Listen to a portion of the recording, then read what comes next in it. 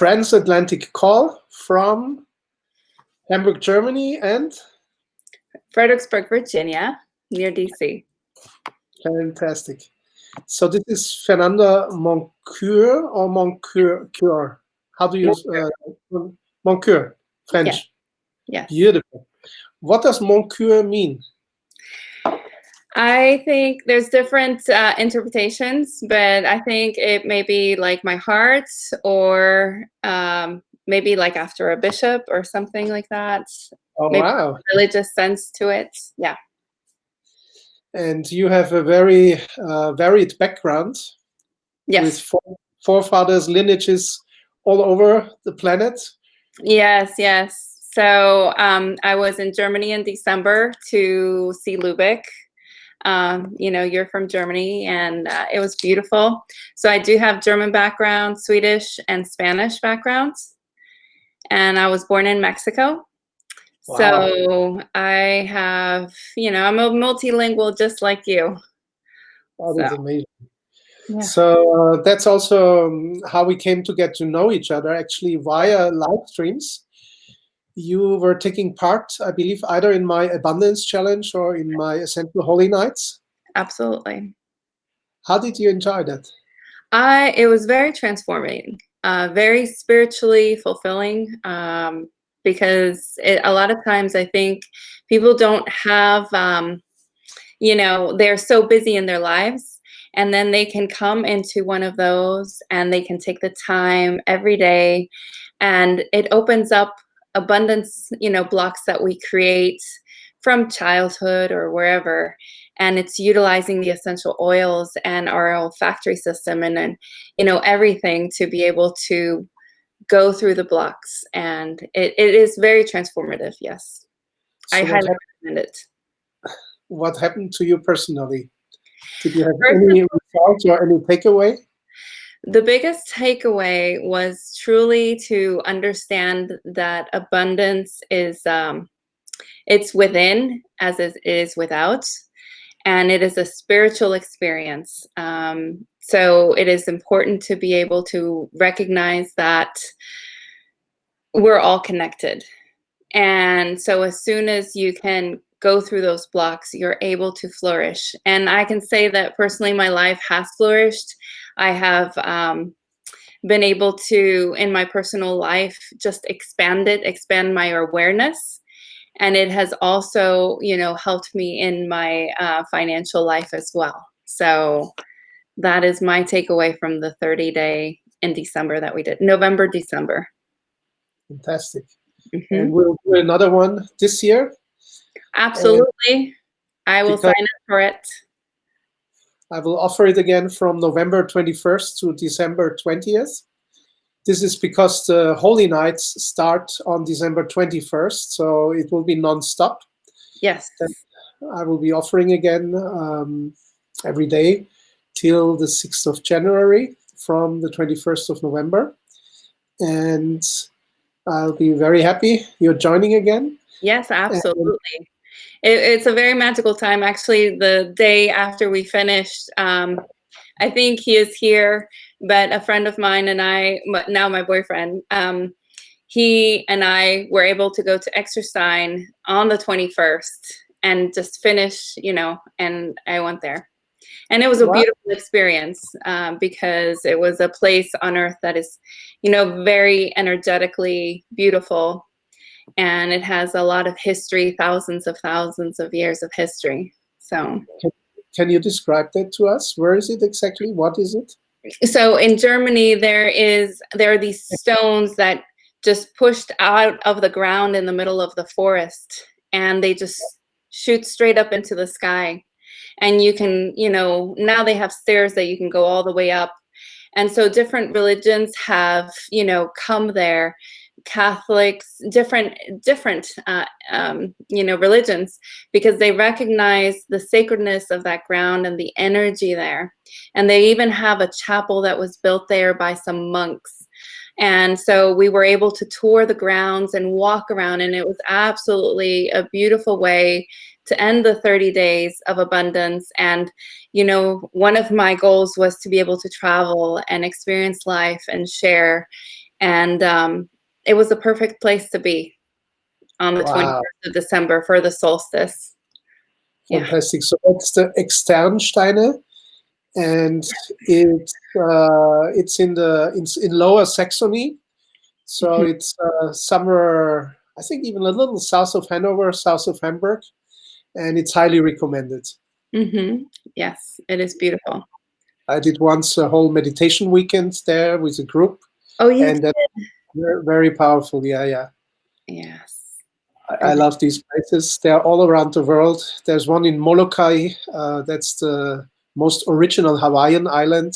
Not Oh, not yes. not like Honolulu, not like Maui, which are Yeah. tourist spots, but really where you find still the ancient culture of the Hawaiians. And there is also a rock which is very similar to the Externsteine, and Really? place to meditate. Yeah, and this one has a very special function. It's actually Hawaiian women go there who cannot receive children, Oh, really? and if they stay there over the night and they offer flowers or fruits or whatever, they get pregnant and they can have children Mhm. because it's amazing. I mean, from natural science, you say, wow, how is that possible? Yeah. But obviously, the place has such a magical and fruitful energy that women who have trouble receiving children, they get pregnant. Oh, beautiful. That is beautiful. That is excellent. And We'll have to go visit that. yeah, definitely. It's you can't fly there directly, but you can fly there either from Oahu or from Maui. So you have to take another flight. There Okay. used to be a ferry, but they stopped the ferry even from Maui. Now you can only go there by a little airplane, but it's absolutely worthwhile. And Ab most people don't go there, so you're like really that's Hawaii as it used to be. Yes. Oh my goodness, I bet that is amazing experience. And that's still like the last remnants of Lemuria, an ancient continent. So it has all these old energies. Really, I didn't realize that. Yeah. Yeah. I lived in Mount Shasta, Yeah. California. Tell us about Mount Shasta. Many people in Europe know, even Yes, many people in America don't know, but it's one of the most holy places on the planet. it is. One of my children was born there. It's absolutely amazing. I never in my life thought that I would be there, but we were there for work, and so we live in the East Coast, and we left to the West. Are you there? Yes, I'm there. You go. I was hiding for a moment. You were hiding. Yeah. Well, there you go. But yes, so Mount Shasta is a very small town, and it is an old dormant. For those of you that don't know, it's a dormant volcano, and the energy is incredible, and it creates these. Actually, I have a picture right here on my desk because I was Oh, framing it. Are you guys ready? I love photography. And so what happens is that, the energies go up and they create these beautiful clouds above the mountain. And so every morning I was driving my oldest son to his preschool.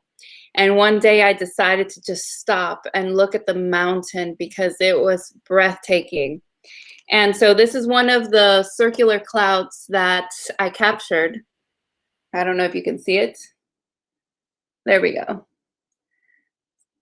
So I stopped with my minivan and I took this picture, and I'm getting ready to reframe it, but you can see like how the snow just starts swirling up with the winds, and it's absolutely breathtaking. And we had the opportunity to climb up to the mountain to the base right before you can no longer go except by hiking.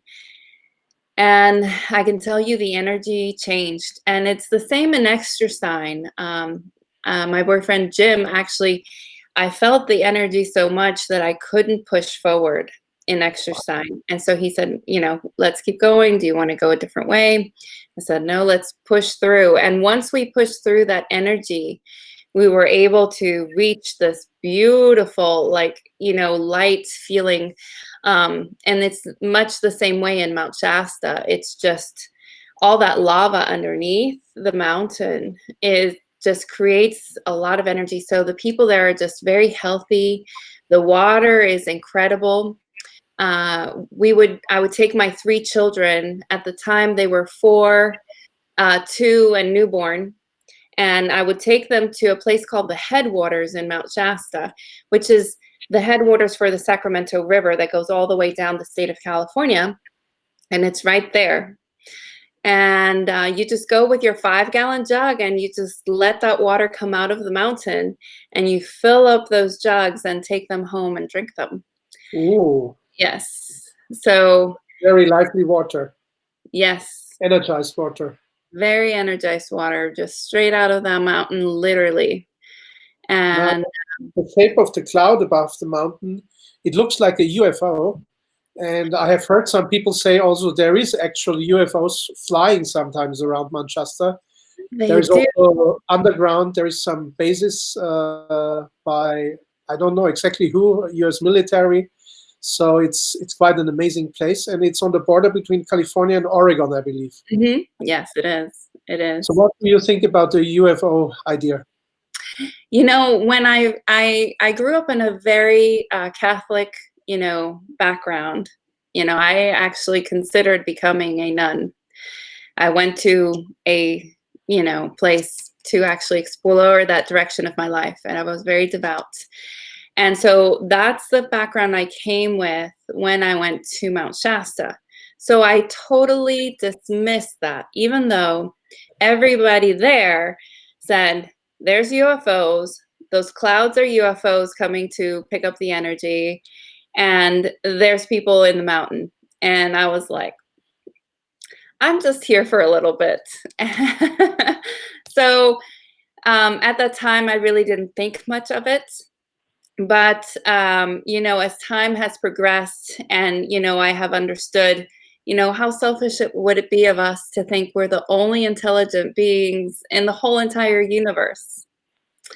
And then scientists have come out, well, there's these other many worlds, hundreds of thousands of Earths, out there with intelligent life. And you start thinking, and then your children start asking questions. And so my point of view now is, yes, I definitely consider that there's intelligent life. And I do believe that we have intelligent life here. Some people may or may not agree, but based on what I have experienced, that's what I have come to understand. So I just go with what I understand. So we have already 3 places to go for anyone watching. Yes. That's Externsteine in the north of Germany. Mhm. That's the north coast on the cliff of Molokai, Hawaiian Islands. Mhm. That's Mount Shasta on the border between California and Oregon. And now I have a 4th one for you. It clicked Yes. when you said there is people inside the mountain. Where I grew up in Salzburg in Austria, we have a mountain that is fabled also for hundreds of years. And there is people inside the mountain. There is many, throughout the centuries, many reports of people disappearing. They Mhm. say there's also kind of time portals, and of course it's all very mysterious. But the Mhm. fact is that people disappeared and then reappeared like 1.5 years later, and they were totally confused because they didn't know what happened to them. And Mhm. that happens throughout centuries. The mountain is called Untersberg. And Unter my Okay. house there, because I'm originally from Salzburg, Austria, my house Mhm. there is just 5 miles away from the Mhm. Untersberg. So if you and Jim ever come to Austria, to Salzburg, you are invited to stay there. Thank you. And we have another holy mountain to visit. Oh, wonderful. That would be amazing. It is That's beautiful over there. So, thank you. sure. Greetings to Jim Forth, by the way. Very nice to meet you in this way, Jim. And I wonder what's about Virginia. Why are you now in Virginia? I mean, you come from Mexico, you were in California, you have German and Swedish heritage. What Mm. brought you to Virginia? So, well, what brought me back to Virginia was essentially my children, because their father is here in Virginia, and it felt like it was easier for one of them to be closer to him. And so I made the decision that, it was too difficult for him to travel back and forth. And so we decided to stay. So the only reason really that I am in Virginia is because of my children, and my family. My father and my brother are here with their families, but yes, I would love to travel. And given my background and the languages, I do enjoy traveling and visiting friends. And I feel like I'm definitely at home in the United States, but I enjoy being with different cultures, learning about different peoples, about their food. I mean, that is just the beautiful thing about the human race, that we all have, our different countries, different customs, different food, different dances, different songs and jokes. And it is so beautiful to get to know them through their language. I think, when you learn a language, you truly understand how they think. When you taste their food, you understand the jokes. It's kind of like we're different, and we accept our differences, but we enjoy each other's differences by understanding them, by knowing their language and culture. I completely agree with you. I'm a world traveler myself. I stayed in many places. In my experience, it takes 2 to 3 years staying at one place to really understand the soul of the place, the spirit of the place, the energies of the place. Mm-hmm. I've been living in Brazil for 2 years, in Sao Paulo, and of course going to Rio and Curitiba. I've lived altogether 6 years in New York City because my spiritual teacher lived there. Of course, these 6 years was like traveling back and forth during 30 years, but I'm a little bit of a New Yorker, Queens, of course, which is different from Manhattan. Yes. I've lived in Prague. I've lived in the Netherlands for 3 years. I've lived in Italy, in Milano, and in Rome. Milano. And I've lived in Portugal, and I've lived in Bangkok, Thailand. So it's exactly as you say, humanity is a family. Even skin color, ethnic appearances, in the heart of heart, people are all just human. And that's the topic you proposed, humanity rising. Let us start talking about that. We are now in a very interesting or peculiar period in the history of mankind. Something like this has never happened before, that something occurs, whatever it is. Mm-hmm. It's really around 184 countries in the world simultaneously. That's a bigger event than any war, even if they called it World War. This is much more global. And it's called a Black Swan event in financial terms because it's so unique that no one can predict it. It's like there's always white swans coming, and suddenly a black swan comes and you're not prepared and you don't know how to deal with it. Right. At the same time, such crisis, and I will give the floor now to you to expand on that. We are really challenged. We don't know where is it going, but at the same time, the biggest tests always bring out the best in human beings. I'm sure this has been in your life, it has been in my life. When your back's to the wall, then you grow, then you transcend. Tell us, what do you mean, and what chance do you see for humanity? Well, I was giving it a lot of thought, and it is a very interesting time, because with anything that happens, anything that we experience in our lives, it is an event. And we can either choose to let us weigh us down, or we can allow the challenge to push you to grow in greater beings of yourselves. And I've said this time and time again to my children, before going to bed, what are 3 things that you appreciated and that you want to see more of the next day? And, a challenge, because, they're little, but, you want to think about, let's say 3 things that you dealt with that day that were challenging. And then think about, how would you do differently? How did you react? Let's say somebody punched them in the face, or, whatever, took their chair at school. How would you handle it? So in the same vein, when we look at something that we're experiencing that we feel is out of our control, we have to thank God for the challenges, or our higher self, whatever religion. What I have come to realize, and I'm not sure if I shared this before, but the way now I have come to look at religion is, I do respect and, my Catholic, background and faith. But one thing that my mother told me as a child was, when she was little, she would ask her mother, how is it that only Catholics are the ones that enter heaven?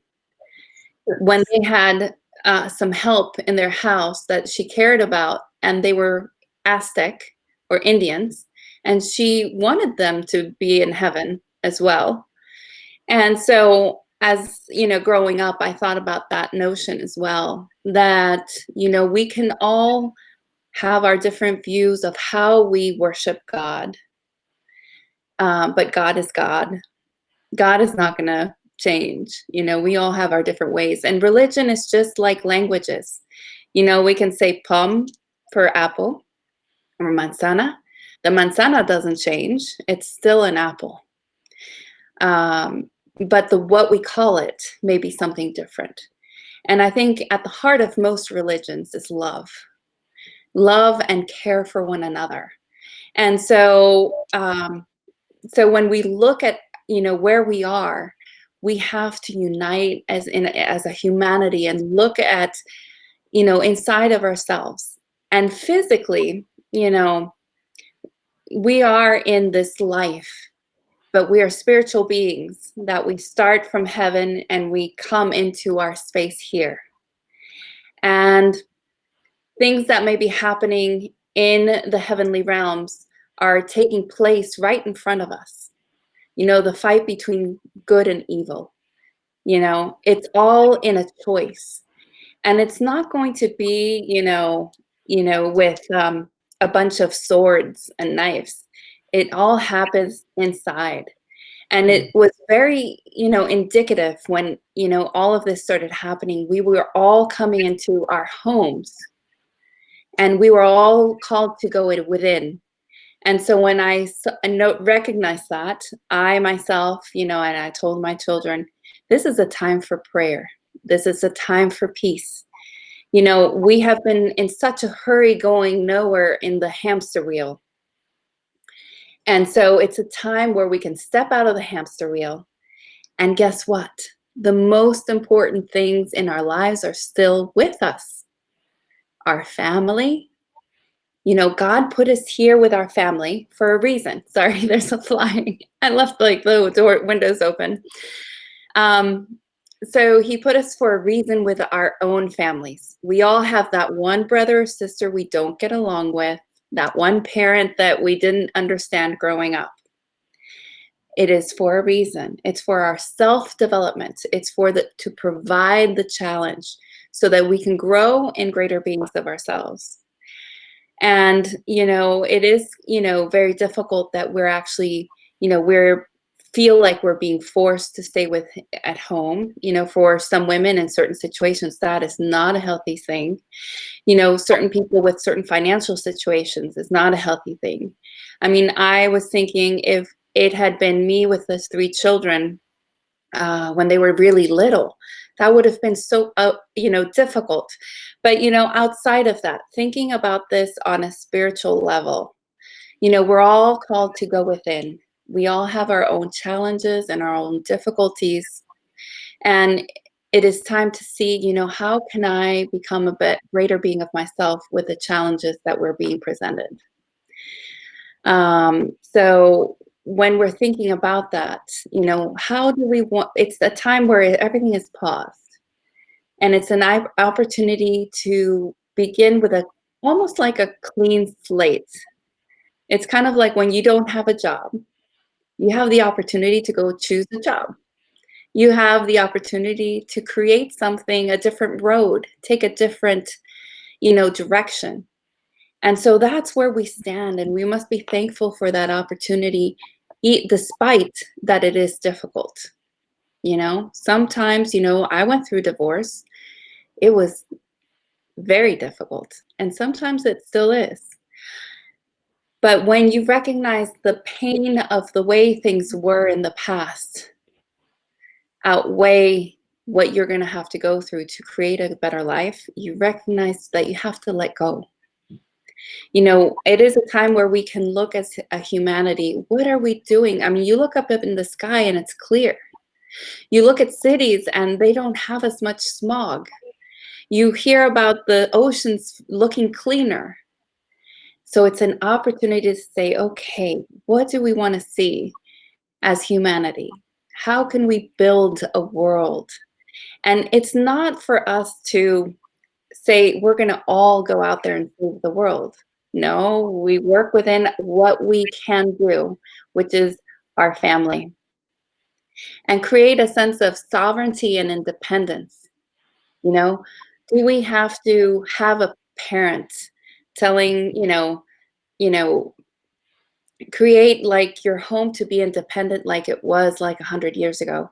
People would have their chickens. People could at least, provide some sort of, you could be off grid. We have the technology, we have solar panels. We don't have to be so independent. It's almost like when you have a bad relationship where you're kind of, I forget the expression or the term, when it's an unhealthy dependence on another person. Codependency. Yes.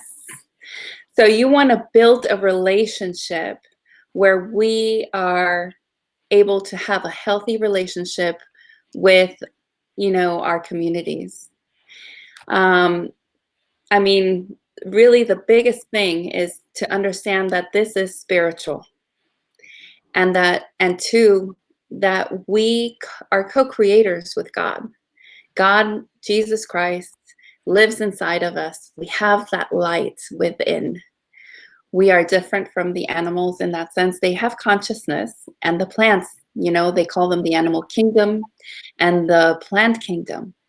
And God gave those to us here on this beautiful planet for us to ascend and to remind us that as long as we take care of them, we will take care of ourselves. One of the biggest things that I share in the guidebook that I created was that I figured out and understood. But, Dr. Zach Bush was really the one that discovered that. But, when we eat organic food, we're eating, plants have the ability to create 9 essential amino acids that are healthy for the human function, for us to be able to thrive, for our mind to work properly. And if we're not getting that, our body's going to start not functioning the way that God created them to function. And so then we have GMO food and everything else that comes along with that. Glyphosate, which blocks the ability of plants to be able to create those 9 amino acids that we need. And so it really, people are coming to understand and recognize our intricate relationship with the plant kingdom. And it's God created. God created this for us perfectly. He created our bodies perfectly.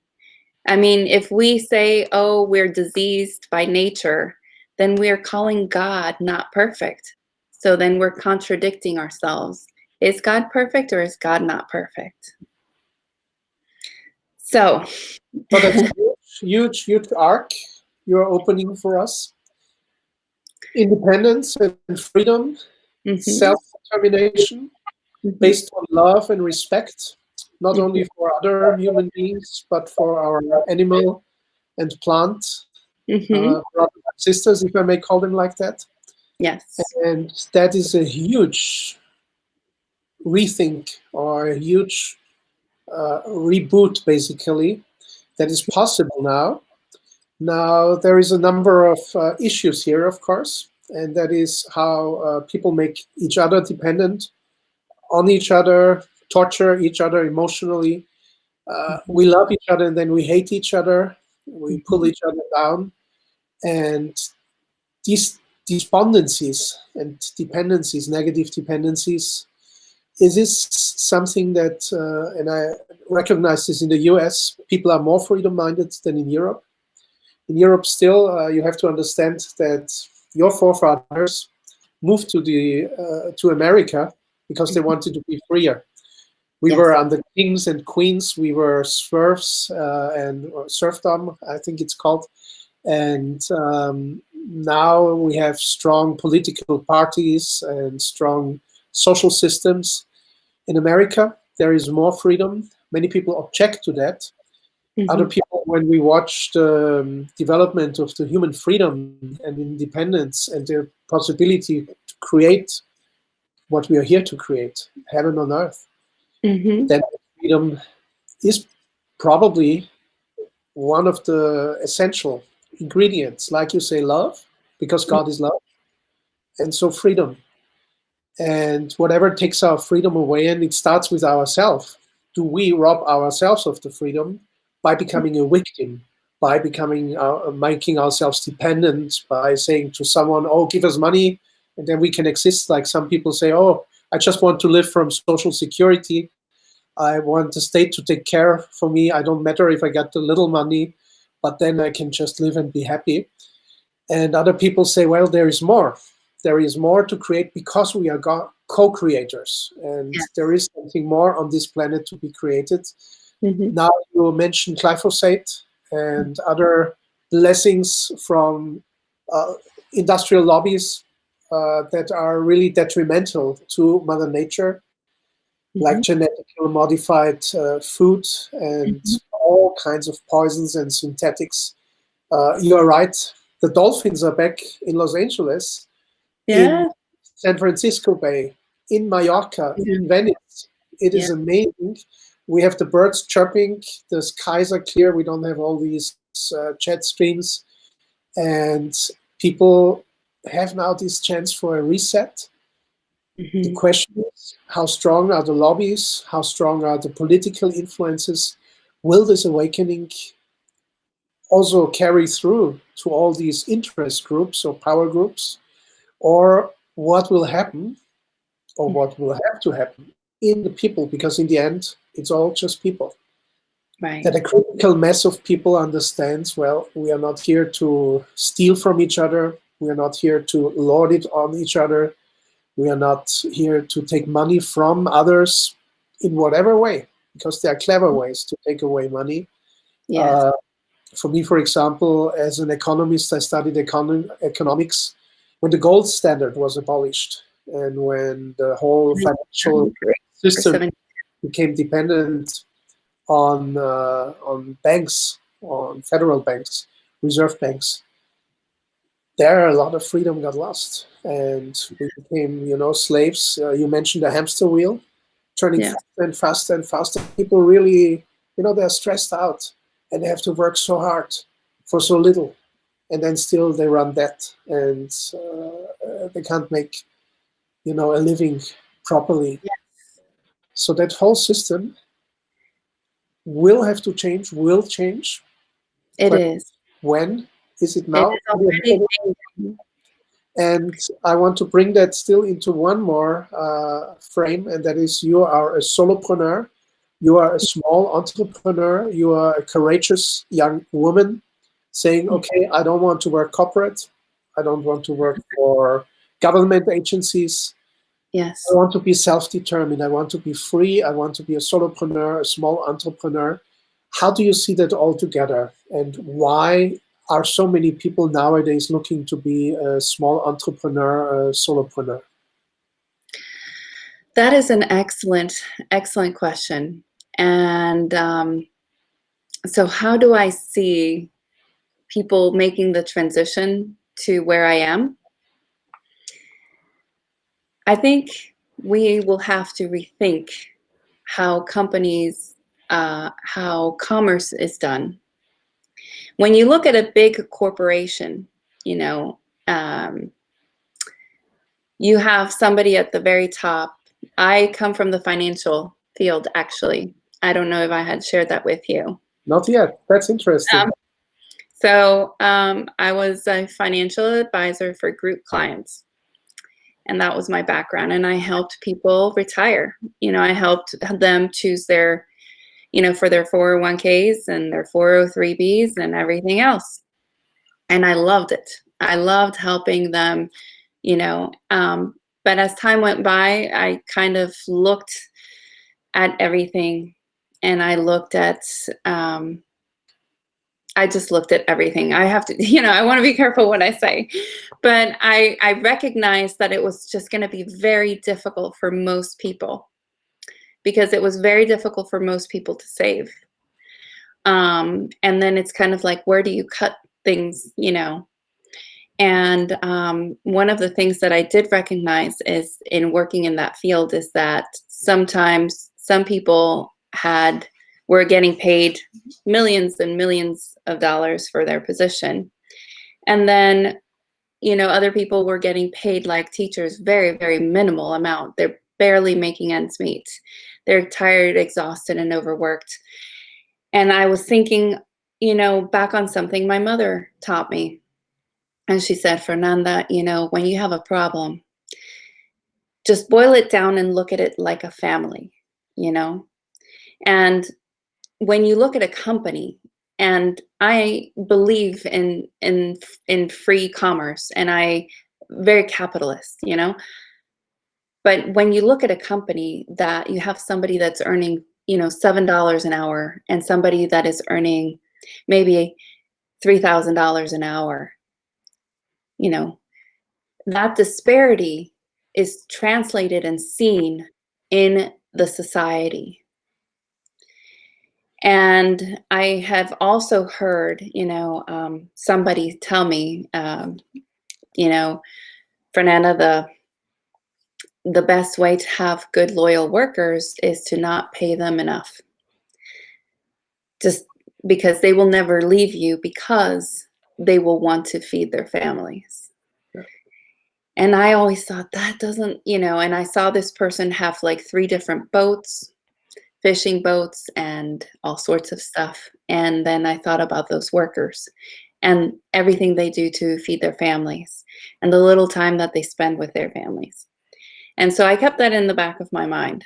And then fast forward to maybe 2 years ago, I was speaking to a very successful business owner, and we were talking about how he pays his employees. And he was telling me, you know, Fernanda, the key to having really good, loyal workers is to pay them more than the competition.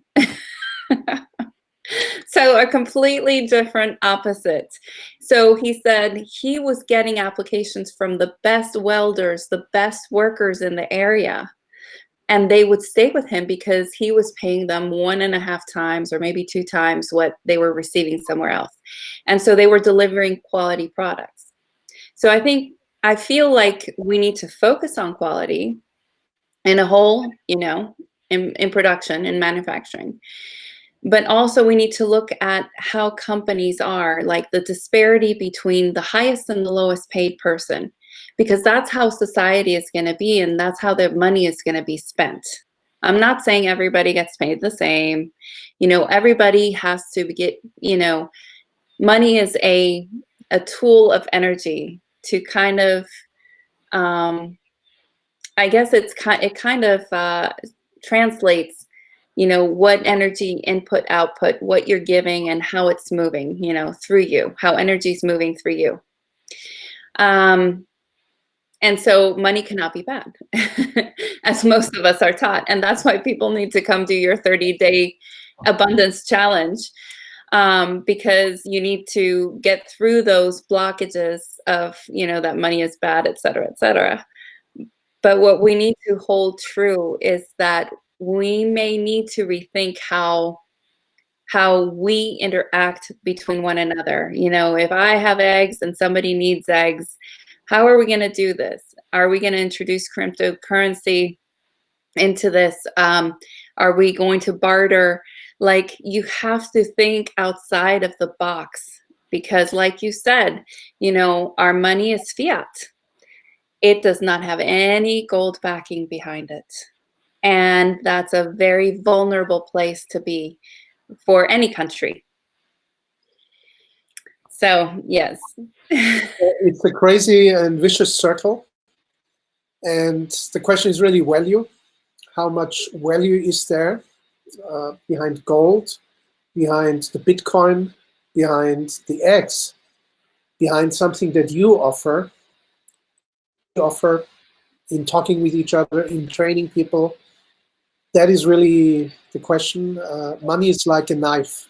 You can use a knife to cut a mango and share with your friend, or you can use the knife to stab someone. Both is possible.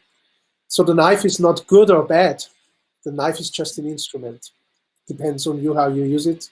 Exactly. The same with money. Money is just an instrument, a tool. How do you use it? Now, if money has a hole in the pocket, like fiat money has, that means it always becomes less and you always have to produce more. And you have this crazy situation that always economy has to grow and more and more and more. And then the ecology pays, the environment pays, the health of human beings pays for it, and the planet eventually pays for it.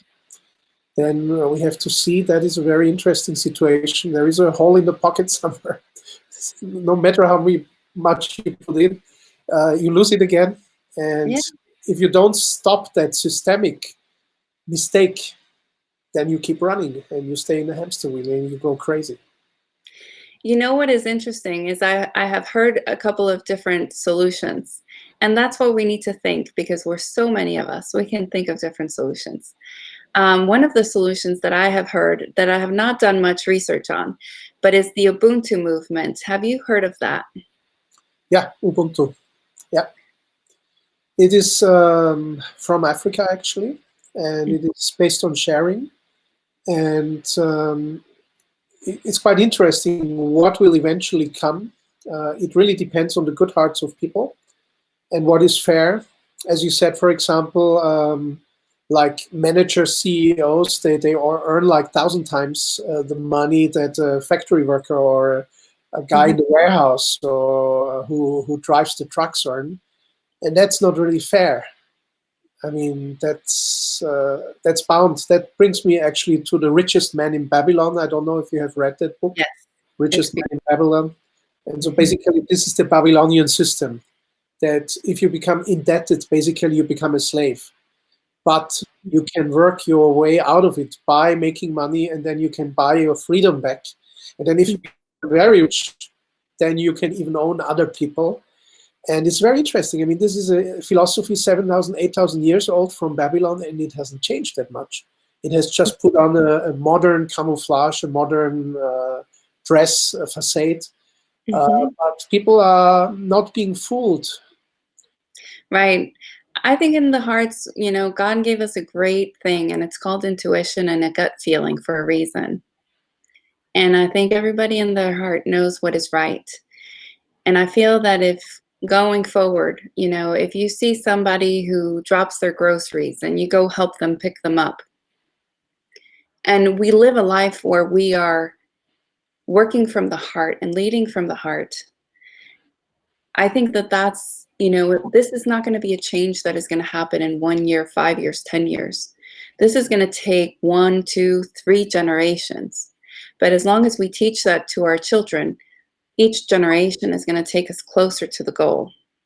And the goal is to work and operate from our hearts and be good to other people, no matter what differences that we see, which, you know, skin color is the first get-go one, or, you know, language barrier, somebody different, or, you know, difference between male, female, or the difference between old and young. We just need to help wherever, you know, the help is needed. And, you have the Ubuntu movement, which operates, based on volunteering. And from what I learned, as long as people volunteer 3 hours, it was ridiculous, but somehow they've made it work in certain size communities. I think they volunteer 3 hours to do like community-based things based on your gifts and talents, and then the rest of the time you can devote to doing what you specialize in. And I think people are gonna, see the trend to specialization. Not everybody's gonna be going to college. And one of the things in being in the financial field that just didn't make sense in my head, I was thinking, so I'm making this projection for their retirement and paying their children's school. Well, school, the price of college goes up an average of 7+% a year. And then inflation is supposedly 3.5. And if they keep paying somebody $30,000 a year, they're basically paying them less each and every year. So it's a losing system, and we see Pay it. for your study till you're 40 or 50. So you basically become a slave for the student credit, the student loan you had to take. Yes. Ubuntu gives this idea of added value just by working 3 hours selflessly for the community. You create an added value. Mhm. And that idea of added value and sharing is caring. And we have even in our Western economy this appearance of the share economy. So slowly the idea goes into the right direction. Mhm. Still, as long as it's based on fiat money, will never work because there is a hole in the pocket, and there is someone who catches what falls out of your pocket. And as long Right. as people are not aware of that, they will stay slaves. It will stay the old Babylonian system. Yes. So on the positive side, sharing is caring. Mhm. Work 3 hours a week From what I heard. for others, or selfless service. My teacher always said 1 hour a day, like 7 Mhm. hours a week. Mhm. Selfless service, self-giving, which Yes, also makes you very happy, actually, because if you work only for yourself, it doesn't make you as happy than if you work for others. absolutely. And that, Yeah, and there's other solutions, but you're right. I think the fiat thing about the money is really a big, big problem. And we are here where we are. We have the opportunity to create changes. We have, and it's at it's at an individual level. The changes will happen. We just have to look within. What can I do today that could take us, in that direction each and every day? It's not a drastic change. It's not going up in arms or anything like that. We change our outer world by changing and going within. And I have learned that over the past, I think the first abundance challenge that I did with you was 2 years ago. So 2 Decembers ago, or Novembers. And really, my journey has really made a huge difference since meeting you, Aditya, and learning from you, and learning about the essential oils in a spiritual sense, because everything is spiritual and emotional and physical. We are all three, and they all affect each other, but ultimately we are from where we came from, which is spiritual. And utilizing those essential oils and the limbic system, because the limbic system, as you know, and I've learned from you, is the seat of the emotions. And also Dr. Benjamin Perkis and everybody else that is out there helping create the new world. We do have an opportunity to make positive changes. We can go downhill and let somebody else make the choices for us, kind of like a child with a parent. But then you have to, there's good parents and bad parents. Which one do we have? So it's, we have to remain in our own sovereignty, because that's what God gave us. God gave us our freedom of free will to choose right from wrong. And, we have to use that, because if we don't use it, somebody's going to use it for us. And That's basically, the message is, look within. And, a lot of people are having trouble with emotions right now because of the different frequencies that we're feeling and the food that we're eating. So, food is so important right now. The quality of your water is so important. So important to go back to eating organic food, and because you want a healthy mind function, a healthy body function, exercise. You know, it's just doing a little bit each day to move in the right direction. There's a very important distinction, because what is sold to us as organic food is also sometimes just a camouflage. It's a marketing term nowadays. In my experience, the safest way is really to buy at the farm. In Germany and Austria, we call it Hofladen. Like, Mhm. basically, the farm has a little shop and you buy directly at the farm to make sure, Absolutely. because then you see where it comes from. Well, one of the other things, and I haven't mentioned this yet, but as part of the way I see our future is, the victory gardens that we had during World War II, where, the president at the time asked everybody over radio and made a national announcement. Hey, we need your help. Grow some food in your backyard. And so, the best thing is to grow it yourself. Go support, definitely support a local farmer, right? But also have your own things at home. Grow your own food. Get your hands in the soil. One of the most important things, the black gold that I call it, really is soil. Because I think about the phrase, and I think I may have mentioned this to you once. When we do the ashes to ashes, dust to dust, you will return, that it's written. Being a language person, I recognize that things change and are misinterpreted or mistranslated, especially in the Bible.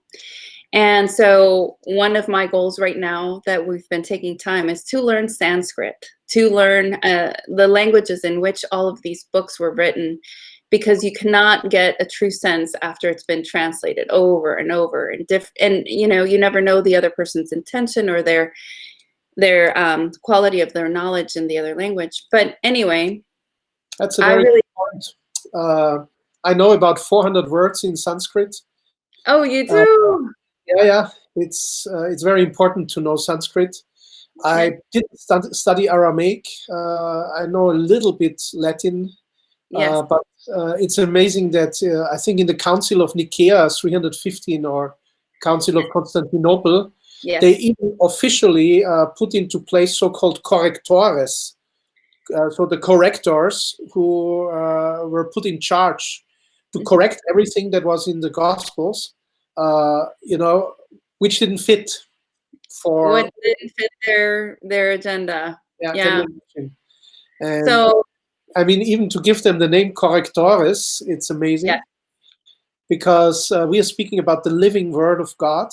And Yes. living word of God, many people don't understand this, because it's the word that lives in you.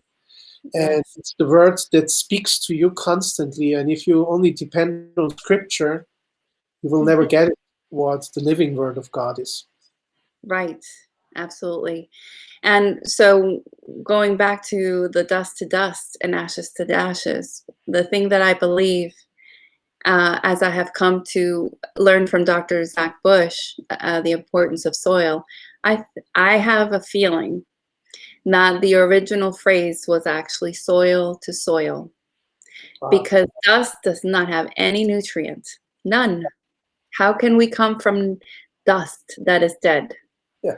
I feel that we came from soil, which is rich with nutrients of life. Yeah. When we talk about essential oils and we talk about the quality, and I talk about in my book What why it's is so. what is your book, and how can people get it? My book is available on Amazon, and it's not necessarily a book. It is a guidebook, and it has a bunch of pages for you to put your own recipes in. It's for beginners with essential oils. It is not company specific. But what I'm driving home is the importance for them to do their research and search out quality essential oils because they need to be organic to have all the nutrients that they get from the soil. What's the title of the book? The title is, I have a copy over here. It's, can you see it? Beautiful. 7 questions, how to transition to a more holistic lifestyle with essential oils. And so I also talk about, how to align your chakras with different essential oils. But it's really for beginners to understand what it is. And I drive home the importance of organic and why organic is important. So yes, I feel that it is, soil to soil, and soil is so important. And so I think if we can focus on, regenerative farming, helping farmers, they were the backbone, not just of the United States, but they've been the backbone of every civilization. Food is so important. So it is very important. Sorry, something just popped on my computer. It is so super important to pay attention to, what creates life, not just physically, but also spiritually and in our thoughts and in our words. I think we must have, we may see eye to eye on many things, Aditya, and the importance of the words that we choose to use. Are we creating life? Or are we killing life? And being a mother of 3 sons, my oldest is 16, then 13, and 11. Sometimes you hear them, saying very ugly things to each other, and I say to them, never speak bad of your brother. You're just, it's very important what you say to them, because we want to create each other and lift each other up. Which brings us back to the word.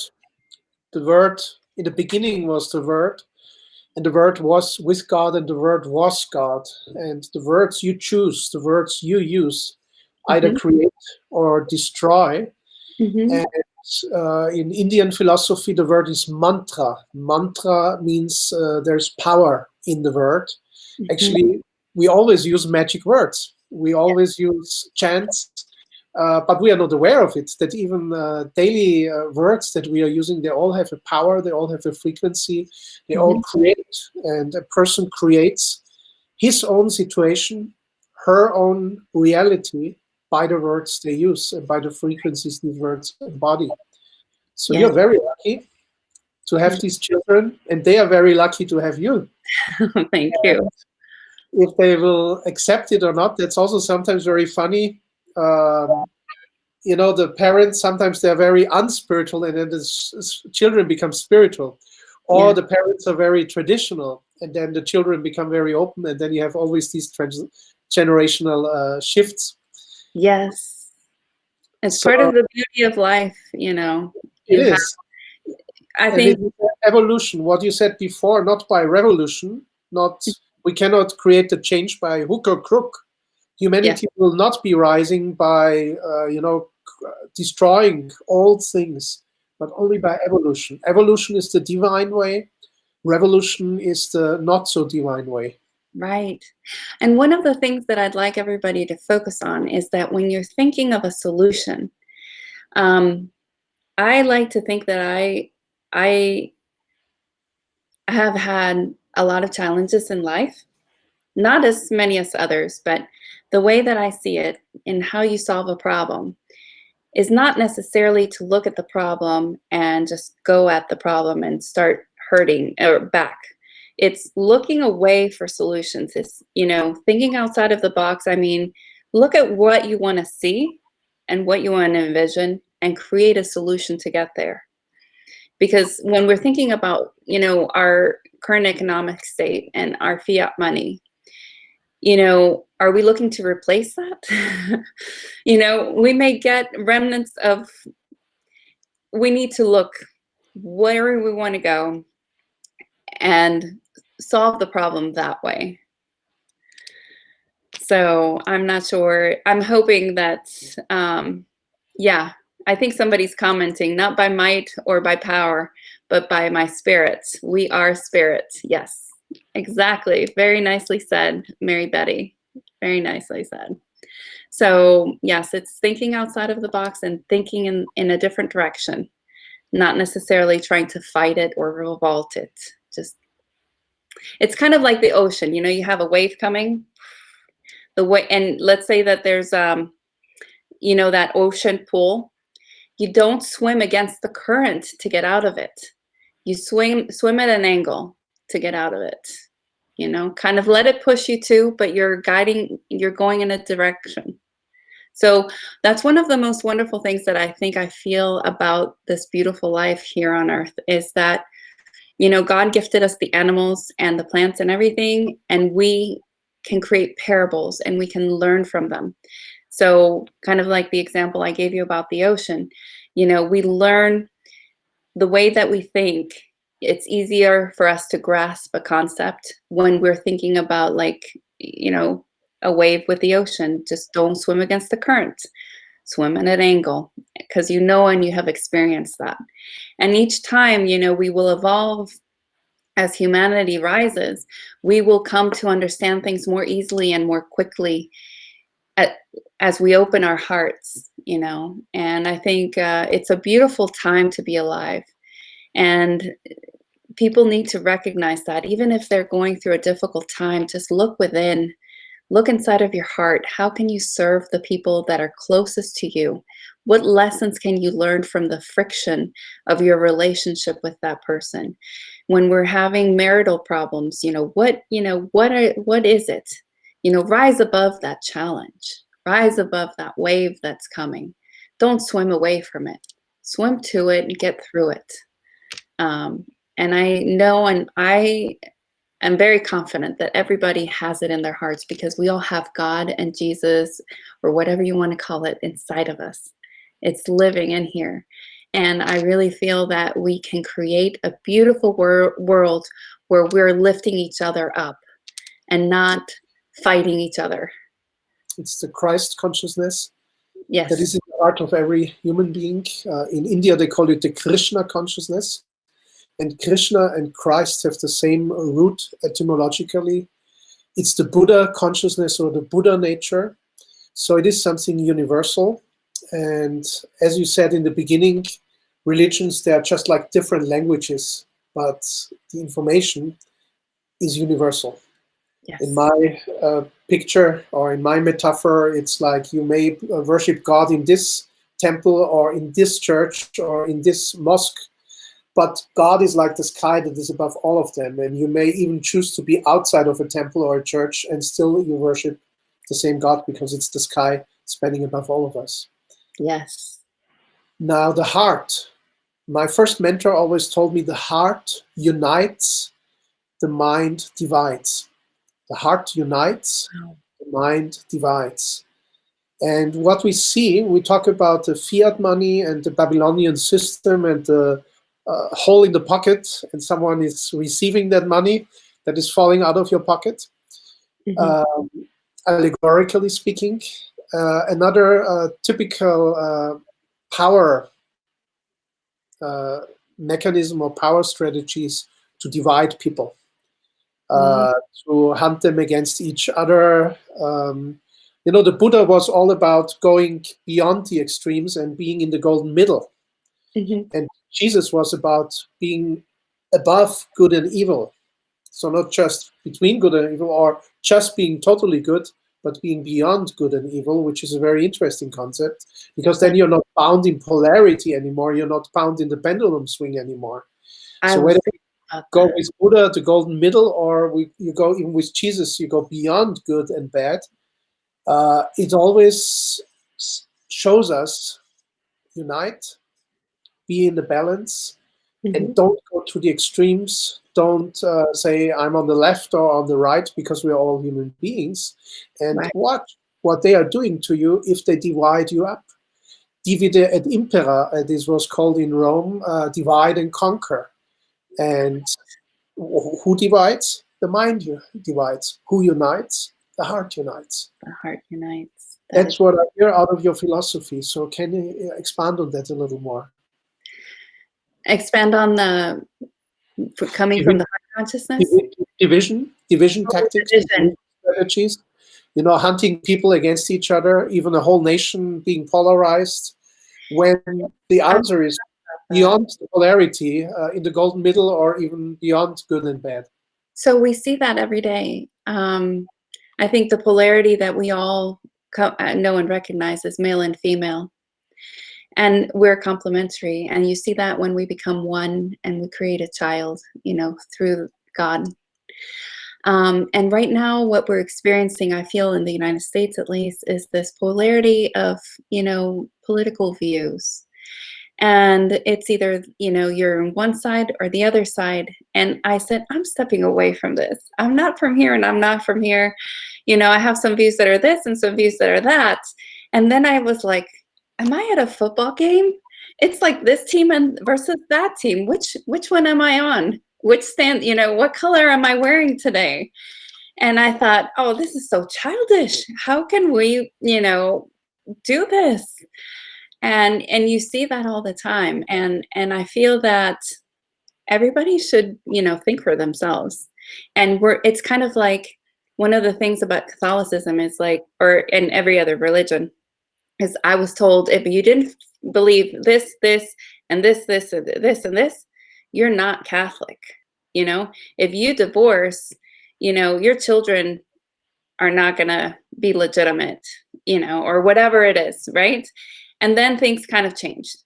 So when I see, you know, whether the left or the right, not everybody, it's impossible to think that every single person is going to have all the views of this side or all the views of this side.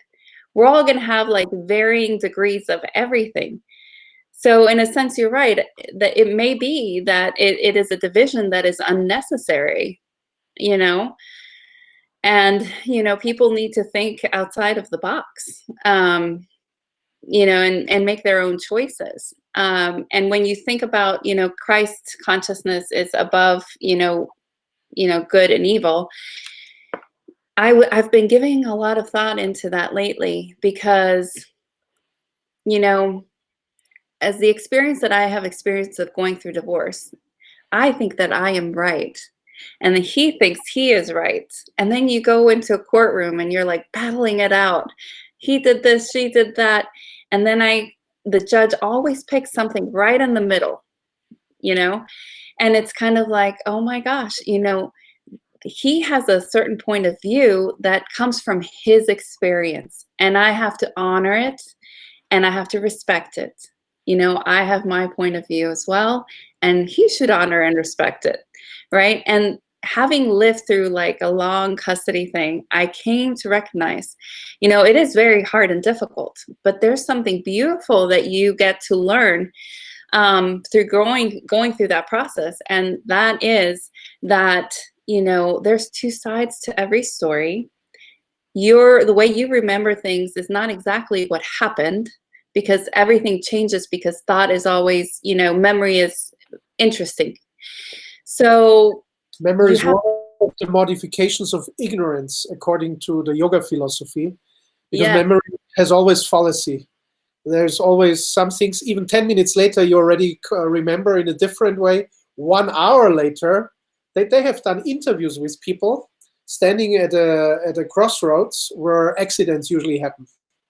And they had people standing at all four corners, and then they interviewed, whenever an accident happened, they interviewed people. And they first of all, they all said something different depending on which their perspective was. But then the funny thing, they interviewed them again 10 minutes after the accident, and they said already something different, the same people. And then 1 hour again, they interviewed them, and then after 1 hour again, it shifted. So that's about memory. And so where is truth then if memory has such a fallacy? Right. If memory has a fallacy and it is not perfect, then we should, you know, just learn to respect one another's opinions and just unify through what unites us, which is love and what is inside of us to give to one another and share with one another, which is love that was given by God. So when you look at that, good versus evil, and just being in Christ consciousness, which is part of God, yes, you level up beyond this or that. And it's a hard concept, I think, to grasp and come to terms with, because we always want to feel like we're the ones that are right in our way of thinking. And we are. We are right in our own way of thinking because we're experiencing our own life. But the thing is, there's millions and millions of us with different experiences. And what may be true for me may not be true for somebody else in their experience. So being one with God, oneness, mm-hmm. being one with every human being, seeing us all as sisters and brothers, can we find that common denominator? Probably only in the heart. We can only feel it. It's not in the thoughts. There will be always divided opinions. As you say, 3 sides to every story. And then if another person is there, it's 4 sides to the same story. Yeah. So, yes. So what is the one thing that we can hold true? And the one thing that I believe that we all can hold true in all religions and ways of thinking is love. And God is love. So just loving one another through our hearts, and each and every day, each opportunity that presents itself.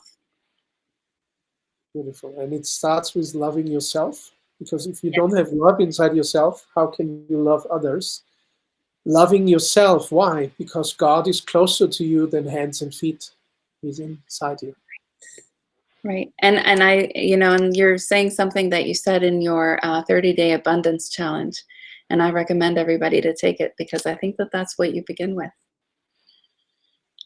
So that's the true abundance, to stay in that oneness, to stay in that love. And that also gives everything and everyone its value.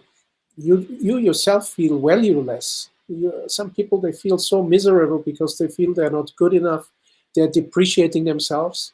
But this is because they don't love themselves. Because the moment you love yourself, you see you are a divine creation of God. Mm-hmm. And that has infinite value. And so... And one of the things, Aditya, that is so interesting is that our feelings can change. When we think about, the seat of our emotions being embedded in our head. And when we're, some people go through some very difficult experiences in their life.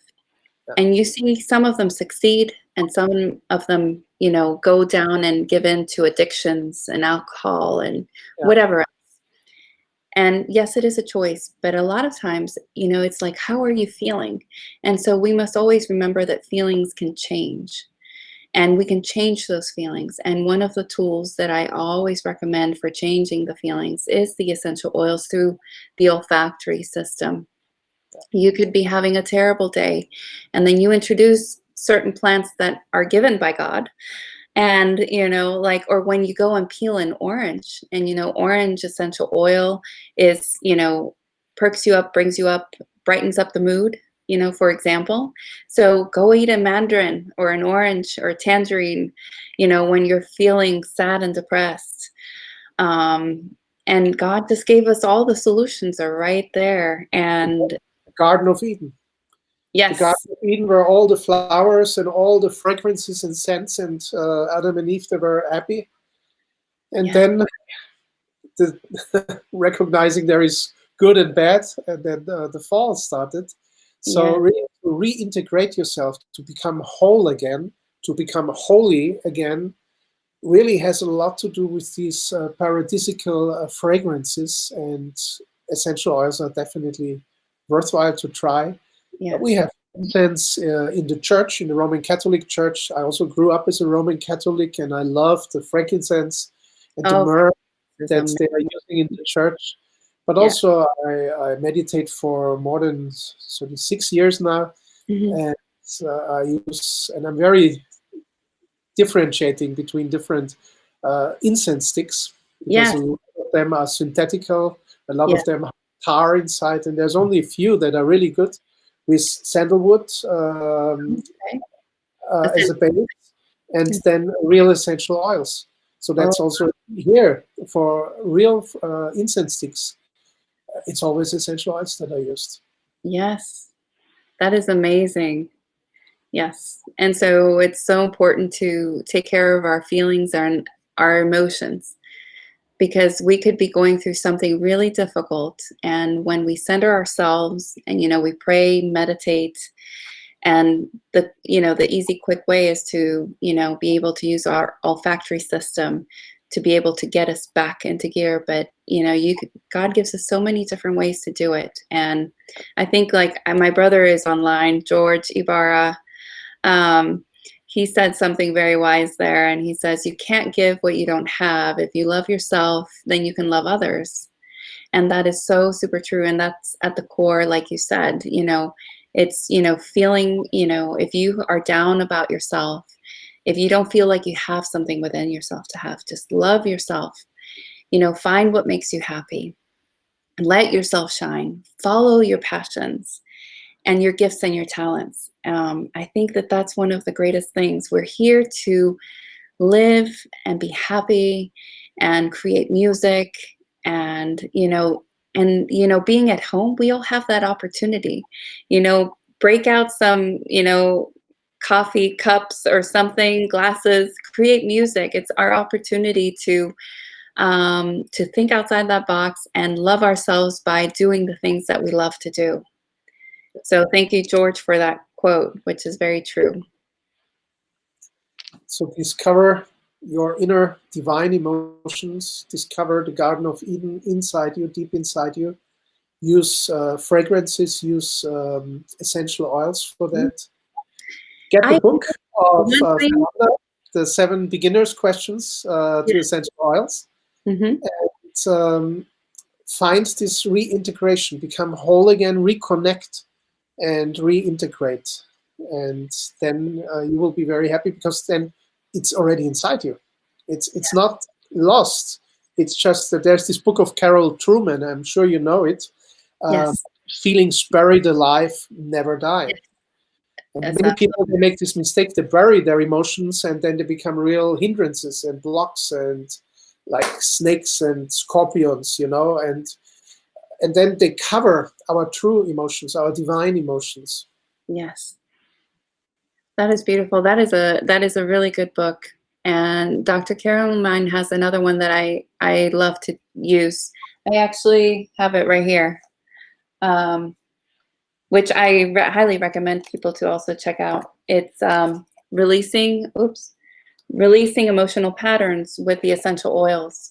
And so you can go in and use the different, acupressure points, which are, you know, um, little black holes of access to, um, the different dimensions through our own bodies. And that's a different talk for another day. But it's so super important to be able to work on our emotions. And it can be difficult because of the frequencies that we are experiencing in an era of technology. We have so many different frequencies all around us. And sometimes I feel like so overburdened by the energy that I said, that's it. I'm turning off the Wi-Fi at night. I I think, need to relax. I, And I think this will be really another talk. We could do another one in half a year. It's biosphere versus technosphere, and it's one of the huge challenges of mankind today. And I think this is to be continued, our conversation, because we just scratched the surface. yes, I think we did, Aditya. But it's beautiful to be able to touch on all these topics. I hope people have enjoyed and learned something today that they can go and explore. And yes, Jean Foley says, love is the center of our being because we are God. God is in us. So true. So your So final words, humanity rising, what is your final message, dear Fernanda? my final message is that everybody is beautiful. Everybody has love in their hearts. Every single person in the world. And they just need to access that and go within to change without. That will change the world. Yes. Thank you so much, Fernanda. Thanks to everyone. It's great to have you, and we see you another time. Yes. Next time, Aditya. Thank you. Bye, Thank everyone. you. Thank you for coming. Bye-bye. Bye.